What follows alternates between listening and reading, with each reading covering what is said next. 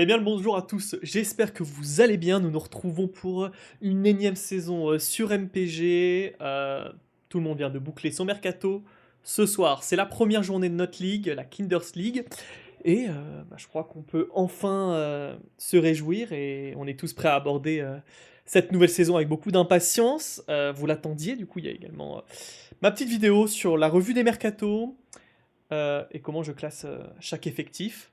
Alors je vous propose qu'on regarde ça ensemble. Je vous préviens tout de suite, je vais être clair, cash et honnête. Et puis j'espère que vous serez d'accord avec moi. Et puis si c'est pas le cas, tant pis pour vous. Alors voilà, 8 équipes en liste. Hein. Peur sur gazon, FC Trickle, FC Tudoben, FC Nodata, FC Dogo Canada Dry, FCC Cité et ASS Téléthon 2025. Alors le classement fut à la fois facile et dur à la fois. No spoiler, aucune des équipes n'arrive à la cheville de la mienne, le FC Dogo, histoire que ça soit clair pour tout le monde, mais bon, je vais vous donner un peu plus de contexte et vous expliquer pourquoi. En dernière position, la coutume est d'usage que nous placions toujours cette équipe, parce qu'elle le mérite, le FC Trickle. Du coup là, son effectif s'affiche devant vous. Alors bien sûr, big up à lui qui a pu finir 3ème à la saison dernière. On l'applaudit. Mais là, cette saison, c'est la dernière place assurée. Alors, vous pouvez voir des beaux noms. Hein. Vous les voyez du Vitinha, du Joao Neves, du Tolisso, peut-être. Mais ne vous laissez pas duper par cet effectif hein, qu'on peut trier ici par poste. Voilà. Déjà, 4 attaquants. Histoire que ce soit clair. On est sur 4 attaquants. Samata du Havre, Sinayoko d'Auxerre, Ameyo de Strasbourg et Guilavogui de Lens.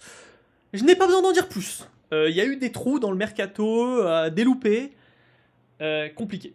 Compliqué. Alors sa stratégie qui m'a été communiquée effectivement se basait sur le pourcentage de titularisation et la diversification de mes joueurs entre les différents clubs afin d'optimiser chaque match et avoir une marge de manœuvre si un de mes joueurs est blessé.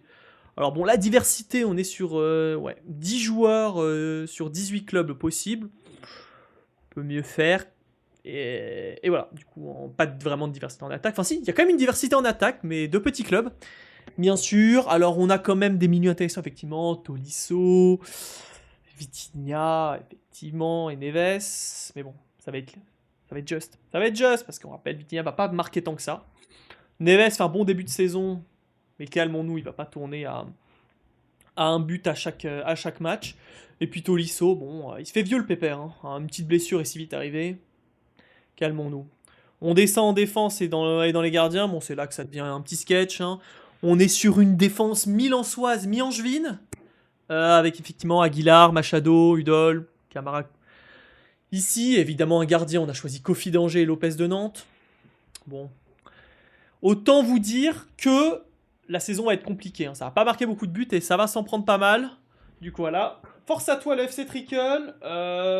Compliqué. Hein. Une attaque en carton, une défense en carton. Mais après, on est quand même sur 25 joueurs. On est techniquement sur le 3ème plus gros effectif. C'est peut-être là sa chance. Il va pouvoir faire tourner entre joueurs moyens et joueurs pas bons. Il y aura peut-être des petites stratégies à mettre en place. Mais voilà, c'est une 8ème place pour moi. En 7ème place, bien sûr, qu'est-ce que nous avions effectivement Forcément, un habitué de notre ligue. Et pourtant, ça l'a pas empêché de faire un mercato éclaté au sol. C'est le Canada Dry FC. Je vous affiche tout de suite son effectif. Alors, comment vous dire que... Alors, effectivement, il va vous annoncer sur la fiche, effectivement, 36 joueurs. Mais quand on achète 36 joueurs, on achète un peu tout et n'importe quoi. Et quand on peut voir ses meilleurs joueurs achetés, on a Kvaratskhelia de Paris, Ablin de Nantes, le gardien de Marseille, Les Melou, Traoré. Bon, parce qu'il y a besoin vraiment d'en dire plus. Alors, pour vous éclairer, on peut faire un petit tri par poste. Hein. Alors, effectivement, je trouve que Balogun, c'est une bonne piste. Kvaratskhelia, il va jouer un peu en rotation, on va marquer peut-être quelques buts, mais après, voilà, bon, pas que ça, on sait pas ce que ça va donner. Sur le papier, c'est fort, mais je connais le papier, et croyez-moi. Méfions-nous, Ablin, rumeur de départ, pas très motivant en ce début de saison, et surtout, il joue à Nantes. Voilà, Satriano blessé, Casimir d'Auxerre, et puis après là, on s'enfonce dans des zones sombres avec Mboup, Rodriguez, Guirassi, bon, voilà. Tout ça, ça vaut zéro, ça vaut zéro. Ah, effectivement, sur le papier, pareil. C'est un joueur de papier, de toute façon, le coach du Canada Dry. On voit Iconé de Paris FC. Bon, effectivement, ça fait joli sur le papier, mais est-ce qu'il va donner quelque chose? On n'est pas sûr. On aime bien le Les Melou, mais il se fait vieux aussi, hein, parti de Brest. Bon, il aurait peut-être mieux fallu y rester. Puis voilà, bon, Gauthier, on l'aime de Metz, qui a fait une belle saison l'année dernière, mais en Ligue 2. Du coup, forcément, c'est très relatif. Et puis après, voilà, bon, on descend, et on voit, voilà, bon, petit Karabekh qui est glissé ici, et puis même sa défense. Ah non, j'ai oublié son Ndombele, 1 million, bon, on aurait pu mettre 0 ici. Puis voilà, vous pouvez vous faire avoir par effectivement du Haguer, du Zabarni, voilà, ça claque. C'est du nom qui fait plaisir, mais bon, ça ne trompe personne. Et puis après, on a pris Rouli, le gardien de Marseille, de Greif. Du coup, voilà, pour un directeur sportif qui voulait parler de clubs de cœur, etc., avec Lyon, on s'est quand même positionné beaucoup sur Marseille. Mercato un peu clinquant, mais où il n'y a pas grand-chose derrière. Du coup, effectivement, bon, si on doit résumer, effectivement, il nous avait donné un peu sa stratégie. Voilà, ma stratégie est celle de la Ligue 1, un mercato exotique avec un peu d'argent, vu que c'est la crise financière et le droit TV. On a quand même acheté 36 joueurs, hein. Je pense être milieu de tableau, car j'ai une bonne défense et de bons gardiens. Bon, une défense correcte et de bons gardiens, c'est vrai. Plus quelques joueurs clutch qui feront la diff, Kvara, Pachao, etc. Il dit qu'il n'acceptera pas la dernière place, et qui s'engage officiellement à payer une petite bière à... Si c'est le cas, alors moi je te passe pas dernier, mais je te place avant-dernier, du coup. Et ça peut fluctuer en dernière place aussi. FC Trickle, c'est peut-être ta chance. Du coup, voilà, bon, si on résume, 36 joueurs, il a acheté tout et n'importe quoi. Un petit peu un vendu de Marseille également, on va pas se mentir, hein. Pour un supporter lyonnais, c'est un peu le comble. Et puis voilà, aussi, quand on a 36 joueurs, la vraie difficulté, c'est de faire les bons choix. Et connaissant le coach, les bons choix ne seront pas effectués. Du coup, voilà, une septième place amplement méritée. En sixième position, bien sûr, bon, écoute, c'est pas beaucoup mieux, mais au moins ça a le mérite de tenter quelque chose. J'ai décidé de placer Peur sur Gazon. Alors déjà, bienvenue à ce nouveau coach, à ce nouveau club. C'est un plaisir d'accueillir de nouvelles têtes et installe-toi confortablement à ta sixième place parce que c'est là où tu seras et pas plus haut. Alors, il y a quand même de belles choses, on va pas se mentir, hein. On a entendu Doué, du Ruiz, Ajorg Giroud, c'est clinquant, effectivement. Hakimi Pacho aussi, Lee Kangin que j'aime beaucoup. Il y a des joueurs, il y a des joueurs. On commence à parler. Autant les deux derniers, bon, on peut les mettre au fond du trou, on n'en parle même plus, mais celui-là, voilà. Là, on sent quand même une forme un peu de réflexion. Bon, après, effectivement, la direction est plutôt claire, hein, quand on descend un peu. Paris, Paris, Paris, Paris, Paris, Paris. Paris, on est également à 21 joueurs, on est sur le deuxième mercato le plus serré. Va falloir faire des choix, mais voilà, on a ouais, plus de la moitié de son effectif est parisien. C'est assez clair, mais bon, voilà, revers de la médaille de ça, bah effectivement, si Paris fait un match moyen ou perd, compliqué pour lui de l'emporter. Et du coup, ce type de stratégie-là, je la recommande pas, même si effectivement, quand on regarde effectivement un tri par poste, heureusement, son attaque est quand même diversifiée avec Giroud, Tamari, Ajorc. Après, également, si on regarde un peu on creuse un petit peu, on voit également des manquements. Alors, si on parle d'Ajorc, de Giroud, de Seko Fofana, le Paul Pogba qui revient, enfin, c'est une alliance de mi-jeunes de Paris et de retraités d'autres clubs. J'ai aimé mes doutes quand même là-dessus. Et puis après, effectivement, bah, le manquement également, et on l'avait remarqué, c'est sur les gardiens. Alors, on a Safonov, c'est pas le premier gardien de Paris. Et Trapp, du Paris FC, qui, même s'il a joué un petit peu, sera probablement derrière Nkambadio ici. Du coup, deux gardiens non titulaires. Ça va créer des trous. Alors heureusement, il a une très bonne défense techniquement parisienne qui devrait bloquer un peu ça, mais ne pas avoir de gardien titulaire, généralement, ça va t'empêcher de gratter des places. Du coup, voilà. Bon, au moins la diffusion est claire, hein. Le coach était vraiment, voilà, niveau stratégie, j'ai fait au pifomètre du débutant. Et en fonction de la cote, de ma connaissance des joueurs, affinité, bon, ouais, clairement une affinité avec le Paris Saint-Germain.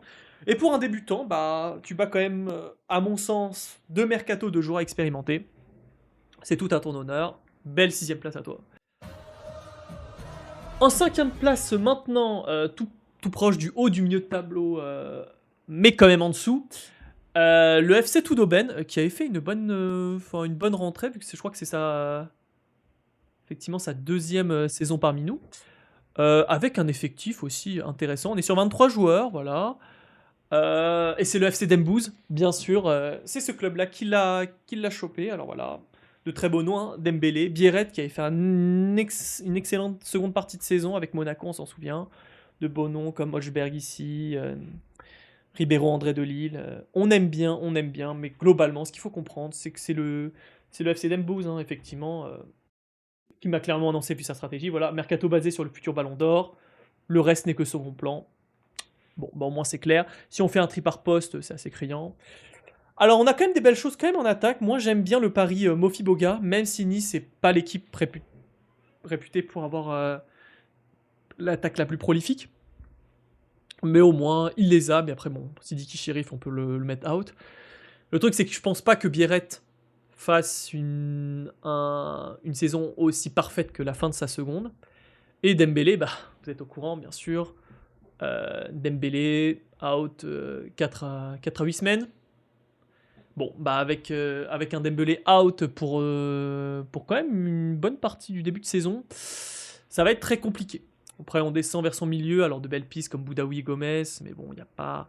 Ça claque pas non plus des masses. J'aime bien sa défense, hein. On a quand même des beaux noms Bard, Enrique, Lala, Meunier, Ribeiro. C'est quand même solide, avec deux bons gardiens. On est pas mal. Mais bon, on reste sur le FC Nembous, qui s'est blessé, c'est Chao, l'attaque limitée. Et puis c'est aussi une équipe qui va beaucoup se baser sur un Ousmane Dembélé, bon, blessé, et aussi sur Nice, avec ses attaquants et sa défense plus gardien niçois. Nice, je sais pas si c'est le pari que j'aurais fait. Mais en tout cas, voilà, bon, ça lui permet de gratter cette 5ème place, et tout à fait correct. 4ème place maintenant, et on passe le milieu de tableau. Bravo à toi, toujours en dessous de mon club, mais c'est quand même pas mal, tu t'approches presque du podium. Et pour celui-là, ça sera pour moi le FC Nodata avec ses 20 joueurs. Alors déjà, vous avez pu le voir, c'est le mercato le plus serré avec seulement 20 joueurs. Et croyez-moi, les mercatos serrés, généralement, ça comporte son lot de risques. Alors effectivement, quand on voit tout de suite ces joueurs ici, ça claque. Et c'est pour ça aussi qu'il est quand même haut. On voit du Greenwood, on voit du Akliouche, du Emega, du Fernandez Pardo, et même du Zakaria ici, j'aime beaucoup tout ça. Vraiment, là, ces 5 plus gros joueurs, bah, on aime bien, et ça lui fait une attaque vraiment du feu de Dieu, hein, quand on regarde par poste. Greenwood, Emega, Panicelli aussi, hein, à surveiller. Et Pardo, on a une belle attaque. Alors seulement 5 attaquants, peut-être même que 4 si on enlève Diallo ici. Du coup, c'est plutôt pas mal. Après, effectivement, on a l'effectif le plus serré, plus une attaque limitée.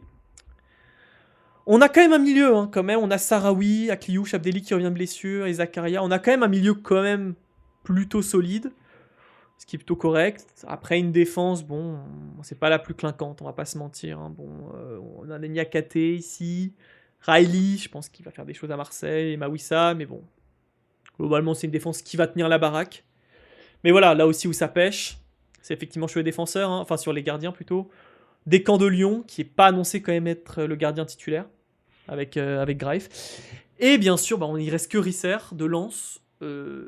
Et quand on n'a qu'un seul gardien titulaire, qu'on ne peut pas vraiment faire de rotation entre les matchs, ça comporte son lot de risques. Ça lui offre quand même sa 4ème place, parce que quand même une très belle attaque, un milieu qui est plutôt bon, une défense qui tient la route, et ça pêche un peu en gardien. Mais effectivement, quand on a 20 joueurs, si jamais Strasbourg perf pas, Greenwood se pète, et croyez-moi, saison dernière, j'ai vu ce que pouvait donner un Greenwood pas en forme.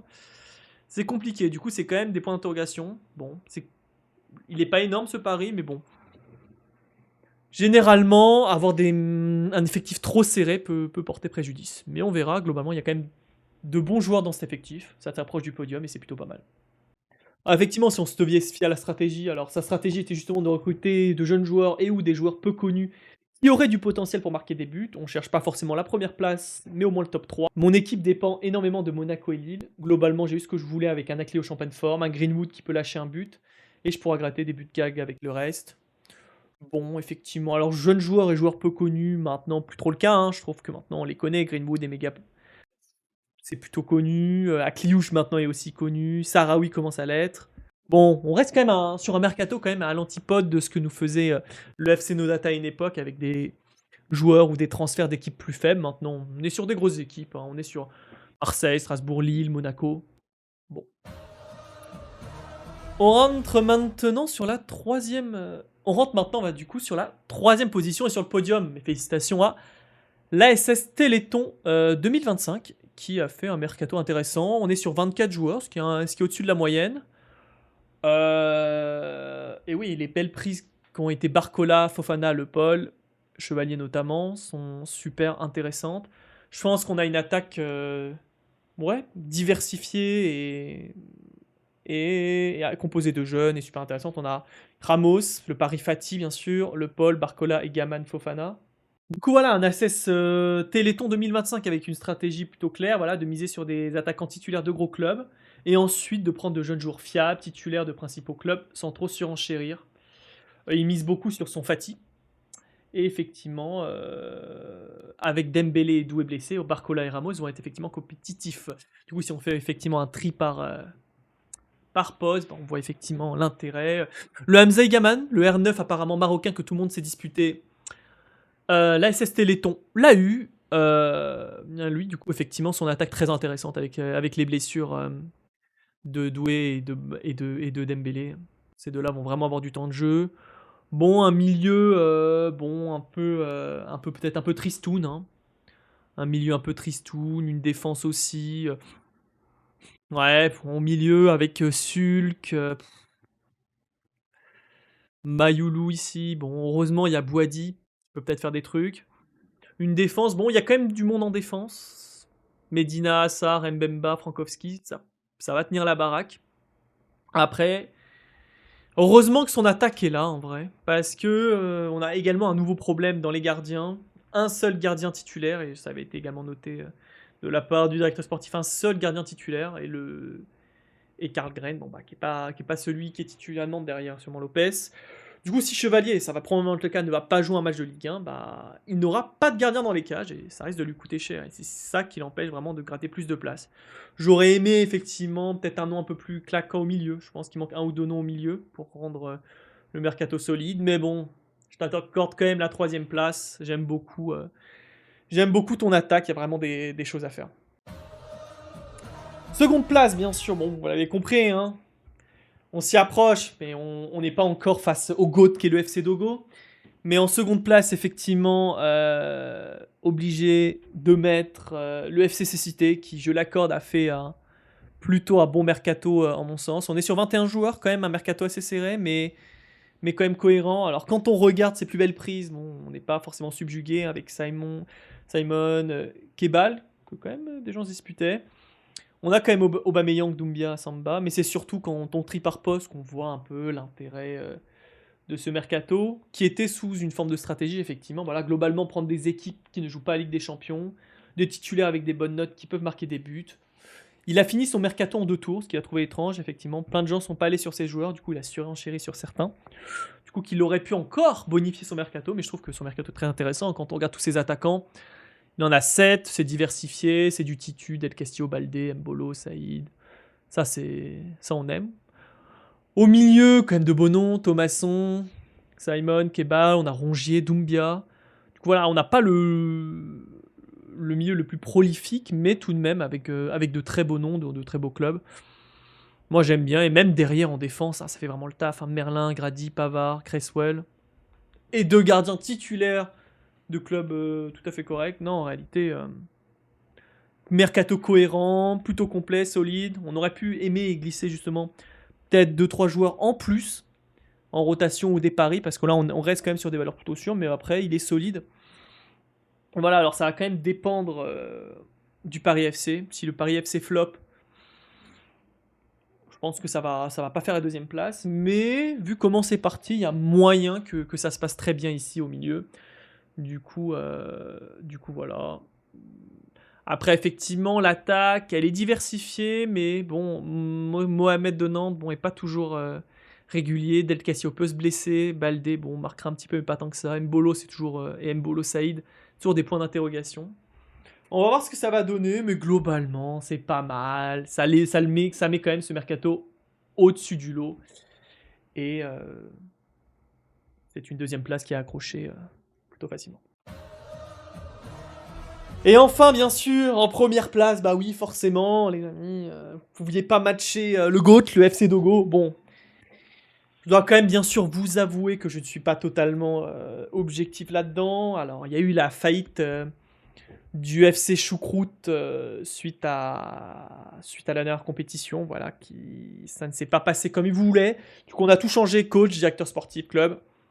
On a racheté, on s'est créé un petit consortium avec mes amis Gérard Lopez et John Textor pour créer justement le FC Dogo et qui nous a permis maintenant de faire exactement ce que nous voulions, plus ou moins, et reprendre ce club et effectivement nous permettre de nous hisser facilement, je pense, à la première place. Voilà. Présenter tout de suite cette équipe, hein. Fière équipe de 26 joueurs. On est quand même déjà première bonne chose.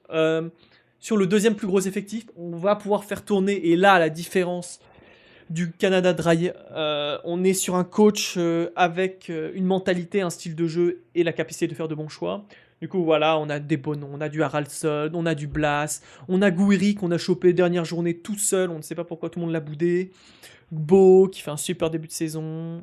On a Soumaré, peut-être l'un des meilleurs joueurs du Havre. Magri, pareil de Toulouse. On a Tovin, bien sûr. Bien sûr, Tovin va nous faire une super saison, du coup, voilà.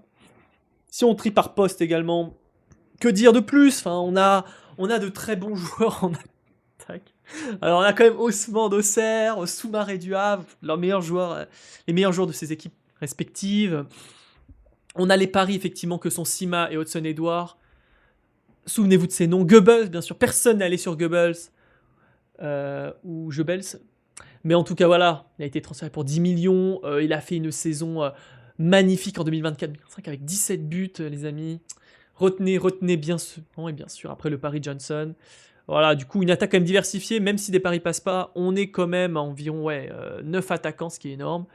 Au milieu, bah putain, la force du FC Dogo, Minamino, Golovin, Blas, Bo, Haraldsson, Leroux, attention, hein, méfiez-vous de Leroux à Nantes. C'est petit prospect qui a fait, je trouve, une bonne fin de saison et j'ai beaucoup aimé ce qu'il produit. Il va marquer, je vous le dis. Et en défense, bien sûr, des oubliés, mais même s'il y a eu des blessés, il y a les retours de blessés de Brassier, de Locaux, forcément de joueurs forts et très valorisés, mais sur lesquels personne n'a vraiment voulu miser. Kerrer et Vanderson, bien sûr. Solide. Alors, effectivement, je crois que c'était Kerrer qui était sur des rumeurs des départs, mais vu qu'il va rester, il va se mettre à rejouer forcément. Baïdou de Lens, retenez ce nom, bien sûr. Et bien sûr, le capitaine du Havre, Sangante. Du coup, voilà. Et puis après, on a le titu de Strasbourg, Penders, et le titu de Metz, Fischer. Non, que dire mercato propre. Voilà, mercato propre. On a 26 joueurs. On a une âme, parce que c'est aussi ça, en fait. Et c'est ça qui vous fera gagner MPG, c'est avoir une équipe dans laquelle vous avez confiance, dont vous aimez les joueurs, et pas prendre les noms clinquants ou les joueurs qui sur le papier valent cher. C'est pas ça. Moi, ce qu'on recherche dans notre club, c'est une âme, un style de jeu, une solidarité, et là on a un groupe très très solide pour aller décrocher, je pense, facilement la première place. Voilà, pour conclure, si on fait un bref récapitulatif effectivement des journées à venir, bah effectivement, qui commence ce soir avec Peur sur gazon contre le FC Trickle. Bon là ça va être une bataille du bas de tableau. On voit clairement, le Paris Saint-Germain va affronter une alliance millonnaise, mi-havraise, mi-lançoise. Bon, bataille voilà, de bac à sable. Bon, je vois pas vraiment le FC Trickle l'emporter, mais il pourrait nous surprendre. Ensuite, nous avons la FC Cécité face au SS Téléthon. Là, on est plus sur une bataille de milieu haut de tableau. Là, ça va être un match très intéressant que je vais suivre, effectivement, et probablement que le meilleur gagne. Bah, si je suis cohérent avec moi-même, je suis obligé de mettre le FC Cécité devant, que je place deuxième.